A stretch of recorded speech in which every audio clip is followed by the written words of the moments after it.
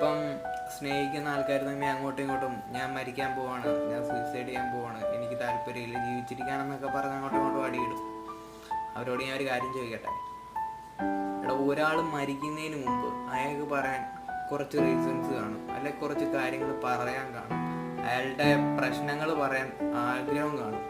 പക്ഷെ ഇതൊന്നും കേട്ടിരിക്കാനും മനസ്സിലാക്കാനും ആരും കാണത്തില്ല.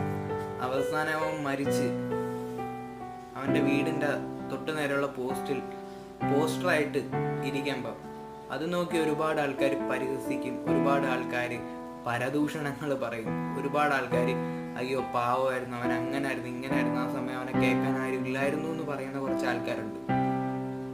എന്തിനാണ് അങ്ങനെ പറഞ്ഞിട്ട് കാര്യം? അവൻ എടാ ഒരാൾ സൂയിസൈഡ് ചെയ്യുന്നതിന് മുമ്പ് അയാൾക്ക് പറയാൻ ഒരുപാട് കാര്യം കാണും.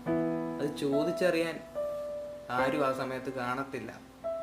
അതാണ് പ്രശ്നം.